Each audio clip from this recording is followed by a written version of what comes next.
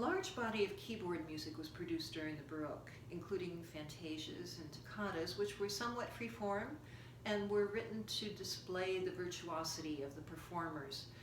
They were usually full of rapid scale passages and runs and trills and big chords. These often served as introductory movements to the fugue, one of the great intellectual structures of the Baroque era. A fugue is a statement and polyphonic development of a short melodic idea called a subject. In the first section of the piece, each voice takes a turn playing that melody, each overlapping with the other voices. Now, when I refer to voice, I'm not just talking about something that sings.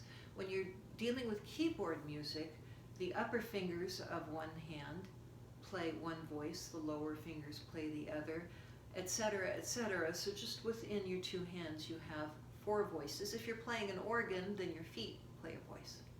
That makes it 5. So really, who needs brain puzzles?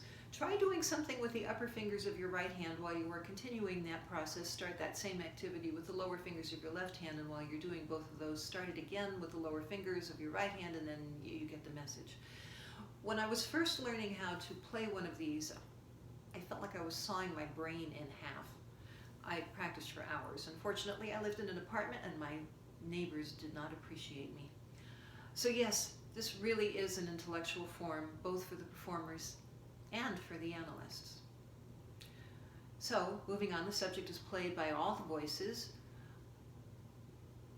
Then in the second section, the melodic subject is developed. It may be played upside down, backwards, have longer note values or shorter note values, or sometimes the voices all play it like one beat away from each other, which they call instretto. The fugue was most frequently written for a keyboard instrument, although it was sometimes found in other media like choral music, which you will hear at the beginning of the next segment. The primary keyboard instruments used during the Baroque were the organ and the harpsichord. The harpsichord looks something like a piano, but it is a plucked instrument. When the key is depressed, it activates a quill, which plucks the string. This is different from the action of a piano. When a piano key is depressed, it activates a hammer that hits a string. And if you push down a key harder, it hits the string harder, so that you have control with your hands of the volume on a piano. Not so on a harpsichord. No matter how hard you hit the key, it just plucks the string. It's like turning on a light switch. It doesn't matter how hard you turn it on. Some harpsichords have 1 keyboard, some have 2. Now, I said that it wasn't possible to get dynamics played on a harpsichord. I have to just mention parenthetically that toward the end of the Baroque era, as harpsichords were dying out because of this limitation, they started doing these unusual inventions, which were really very creative, where the lid of the harpsichord could be moved up and down with a foot jack, which would make the volume get louder or softer. In spite of these, the harpsichord gave way to piano in the Baroque era for this limitation. The piano actually was developed in the Baroque in 1709 by an Italian harpsichord maker named Bartolomeo Cristofori. But the first pianos were pretty awful. If you've ever heard an old piano that has felt worn off of its hammers, it'll give you a feel for the sound. The hammers had no felt, and the strings weren't meant to take that level of abuse, so they would break and fly out of the piano during a performance. Pianos didn't come into accepted use until the classical period, when Beethoven pushed piano makers to improve them for concert performance. Like the guitar, the harpsichord needs constant tuning, sometimes between each piece.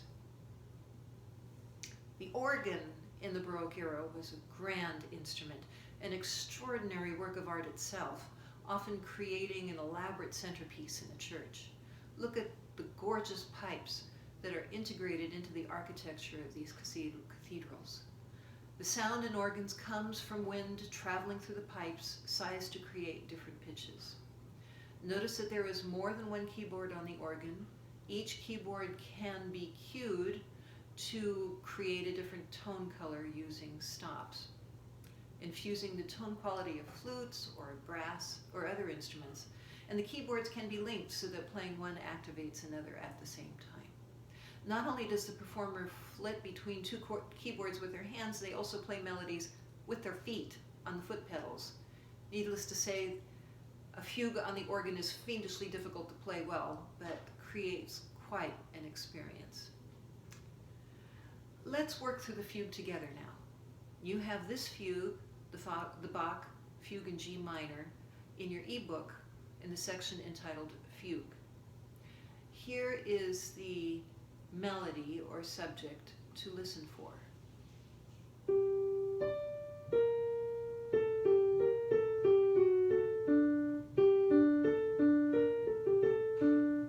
And so on. So you are going to hear that melody played at 4 different pitch levels, and then it'll be developed later in the piece. First, here it is in action. I want you to see how it looks when it is played with hands, feet on this extraordinary instrument. Now, let's follow it with a listening guide that is in your ebook in the section on Bach, and it'll help you through understanding how the melodic idea is developed. And now that you've heard an amazing keyboard fugue, wait until you hear this next fugue written for a chorus.